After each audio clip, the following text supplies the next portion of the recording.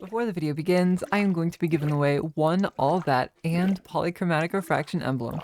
All you need to do for a chance to win is go into the comments section and tell me what is your favorite build in the Edge of Fate so far. On to the video. Hello, Papoki here, and welcome back to another Destiny 2 Hunter build video. The raid has ended, I have completed my grind to level 400. I am not because I'm wearing level 10 gauntlets, don't worry about that. Anyways, Grapple Punch Hunter. This has been all over the place on the internet, where people are calling hunters overpowered because we can one-punch Atheon. Meanwhile, Warlocks and Titans can two-punch Atheon, but if we talked about that, it wouldn't make a big point on the internet, right? So, about 3 days or more before the raid came out, I was using Inmost Liars with 200 Grenade and Grapple 1-2 punching everything to level up as quick as I could. And I was going to make a video on that. In fact, I have Master Nightfall footage solo when I was making that build. But they disabled Inmost and Liars, mainly Liars, when the raid came out, and they left it disabled for like an extra week. And now it is no longer disabled. But we're not using that. We are using Syntho. So what is the hype around this? This is the 2025 version of Caliban Liar. Hunter always has its combination blow build, and this here is no different with Inmost Light Syntho combo Grapple. Let's get into it. We're using Inmost Syntho, obviously. We're using 40 health. You can just, whatever health you want, just put it there. 70 melee, 160 grenade is what you need, 160, 100 super, 70 class, and that's it. I'm using a 2-piece Bushido for healing, but you don't really need this, seeing as we're going to be using our abilities more than anything. For our mods, I am running this. I would run double special and heavy finder, and then run the Trials hand cannon for 1-2 punch. But I do not have a Trials hand cannon with 1-2 punch, so I'm using a Solar Siphon. Our gauntlets are very important with 2 grenade fonts and 1 heavy-handed. With 2 grenade fonts, we are going to be able to get up to 200 grenade when we have at least 160 grenade in our character. For our chestplate, I am running a concussive dampener, not this, harmonic ammo generation or whatever ammo generation mod you want to use. Actually, this should be solar. And a resist that is best for your encounter guys you're fighting, right? Whatever. For our boots, we are running recuperation. You could run better already, but we are going to be in the thick of it, so it's probably best to just use recuperation. Then you can use a scavenger mod for whatever weapon is going to be most needing the ammo from bricks. A stacks on stacks mod, so every time we pick up 1 orb, we get 2. This is going to double the timers. It's very good. Do not, don't not use that. For our class item, this is pretty important, 1 bomber mod, a powerful attraction, and a time dilation. Time dilation is going to make 1 stack of our fonts go from 10 seconds to 15. Our powerful attraction is going to make it to where we don't have to walk over our orbs. When we make them, we will just get them. And with a 100 grenade, bomber, and sight arachne, getting your grapple back constantly is a constant. It's always happening. Now, quickly, we'll go over weapons here. You want a 1-2 punch weapon. Weapon, period. I'm using the Phoniotrium Farah with 1-2 punch. I know that this is a 75% 1-2 punch and not a 150% 1-2 punch. But when it comes to Hunter, this is actually better because it helps you stack up your combination blow stacks faster, and you will be able to see that in said gameplay. Now, for our subclass, actually, quickly, I am not using Shield Crash for this build. You can, and it will make you way stronger, but you do not need to use Shield Crush. You do not need to use it. But do use it. Do. For our subclass, you can run any super you want. I would pick Silk Strike, Tether, or Golden Gun Marksman. 1 for Restoration and swapping to Celestial, 1 to absolutely max out your Grapple Punch damage, and Silk Strike to get that Woven Mail up for nice DR. We are running Gambler's Dodge and Combination Blow because Combination Blow on every kill is going to refund your dodge at 70 class, and then every time you dodge at 70 melee, you'll get your Combination Blow back. It'll stack to ×3, give you a 400% increase to your melee damage and your grapple damage. We are using grapple so we can do the whole point of the build. And now something that's pretty contentious. I am using Stylish Executioner and Winter's Shroud. I have seen, for some reason, a lot of YouTubers run Ascension with this build, and I'm just going to get into it real quick. This is... why would you do that? So the point of Combination Blow is stacking it and keeping enemies at 1 HP to keep your stacks going. Ascension is going, if you kill an enemy and then ascend and then kill an enemy, it is going to actively hurt you, and it is going to kill the enemies around, so you cannot increase your stacks as quick as you could without it. And fun fact, as long as you have an arc ability equipped, in this case Combination Blow, just getting a few kills will make you amplified. So you do not need Ascension to get amplification. You don't need it.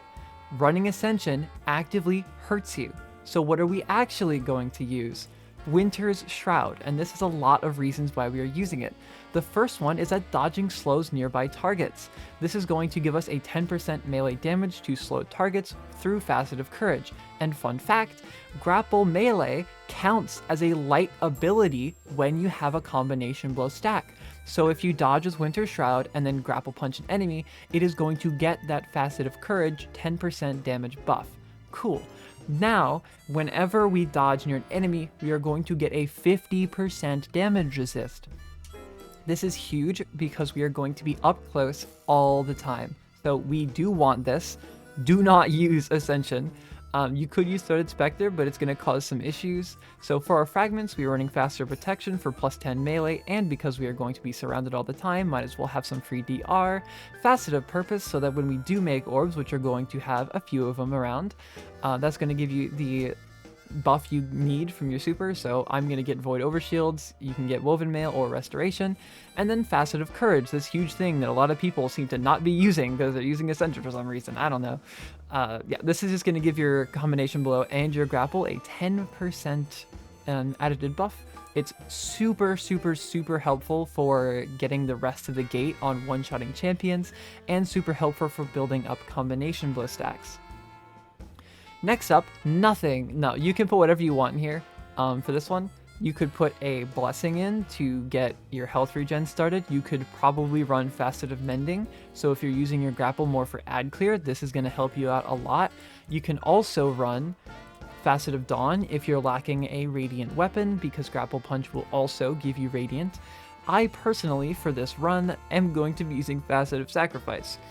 Facet of Sacrifice is a dog butt fragment. It's awful. I am simply running this because it's plus 10 grenade, and I forgot to set my grenade to 160. So I'm going to put that there just to move my grenade up. No, you do not need this. No, it does not do anything, and you should never use this ever. So where do we test builds in the Edge of Fate now that Hydroponics is gone? Baby, we're back on Neomuna, dude. We're back on Neomuna. I just do the Master Lost Sector because it's in rotation daily, so whatever one is there, I just do. So we are going to be doing the Gilded Precept on -30. This is going to be around where you're at when you're doing feats inside of Desert Perpetual, and this is the best place to test. Disclaimer, if you see anyone test builds inside the firing range, Hey Michael, is that you? Immediately discredit them, because the firing range is basically a 0-level patrol, and one-shotting a champ in the firing range is very easy. So yeah, if you see anyone in the firing range and they don't show any gameplay outside the firing range, assume whatever they're showing you doesn't work. Now, on to the gameplay. And here we are.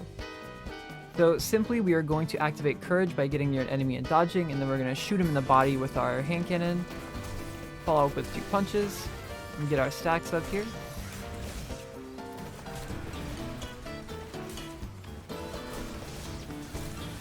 I'm going to dodge near the champion to make him slow for Courage, aim down sights, stun him, get 1-2 punch, boom, and he is dead. I will note that if you do not use Combination Blow with Grapple, you can out-threshold certain certain mini-bosses in certain areas inside the game at lower level content, but the build heavily requires at least 1 times Combination Blow. if you do not have at least 1x combination blow, things just will stop to function. And if you notice there, the reason why this hand cannon is better than a shotgun, because you can use it to get an easy 1 body, 1 melee, to make sure combination blow is consistent.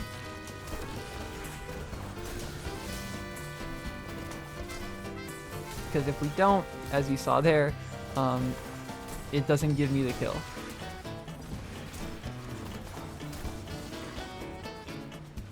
Here we got our big guys coming up here. Courage proc. Wait. Boom. There he goes. That's technically a 1-hit kill.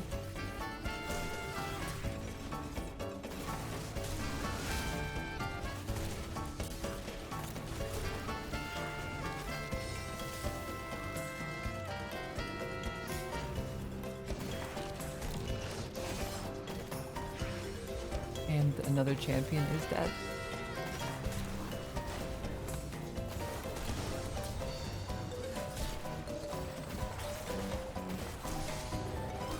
And I am dead.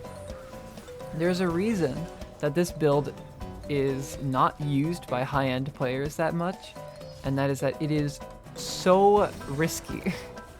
A lot of people have been talking about this build on like Reddit and stuff, saying that it is like the best thing since sliced bread and they should nerf hunters because of it. But it's just liars over again. Like you can see, this is not the most awesome build in the world. Because it's combination blow. And if any hunter knows that's played the game for longer than a year, combination blow sucks. Not because it does a bunch of damage and is consistent and gives you no. Because it just sucks to use. Your entire daily gameplay is going to be dodge punch, dodge punch, dodge punch, and you have to be within vicinity of enemies. If I played this Lost Sector with multiple people in my fire team, this build would not function because people would be stealing my kills for combination blow all the time. Which means combination blow builds are regulated to solo play. So they're not that great.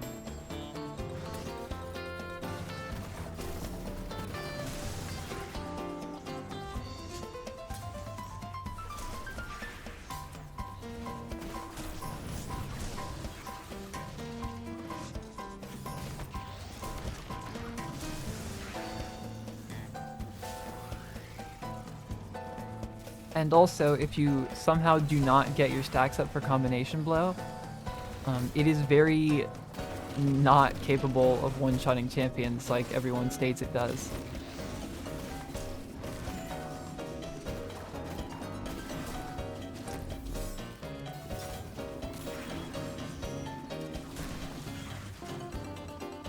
If this build can one-shot Atheon, why can't it one-shot a Lost Sector boss? It's cause it sucks. Also, you've probably seen people use Verity as their tool to buff their damage. And Verity's cool, I like Verity, but it adds another layer of complexity that is completely ridiculous.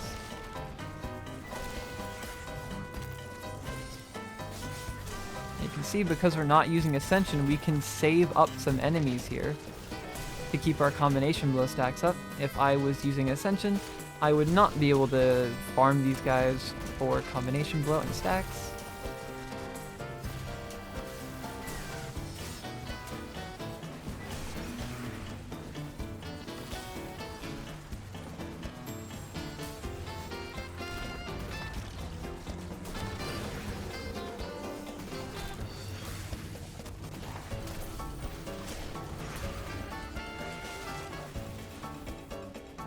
You canceled my grapple. What an absolute goober.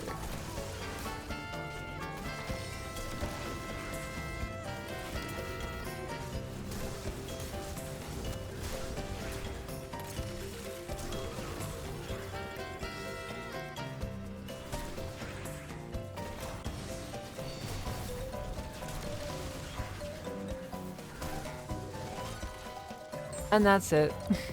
So if you've been wondering what the craze is with Grapple Punch, it's not that crazy. It's basically as strong as Caliban Lyre was on release of the final shape.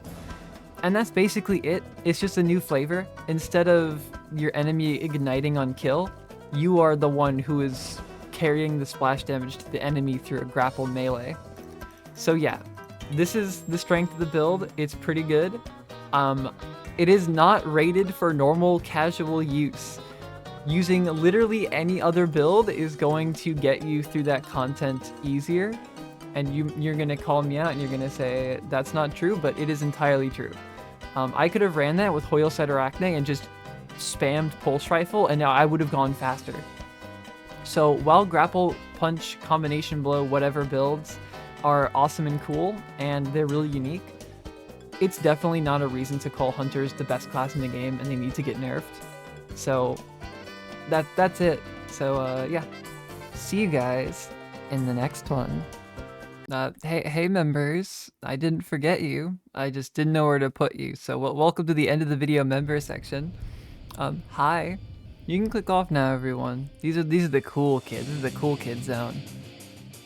Thank you for being a member. Davey, Maya, Erwin, Frogcat Dog, Zephyr, Strong, Tall, Handsome, Muscular, Raw, Dominant Man, Static Gray, Kikiri, Chichi-kun, Rimu, Asp, Thermetro, Joy-Con, Pukang Kang, Tanner White, Mark, Second Minx, Trash, Equitas, Riley, Chalk, Lewis, The Zesty Lime, Knight, Holly, Bubba Bones, K. Maurice, and Dweeb. Thank you for being a member.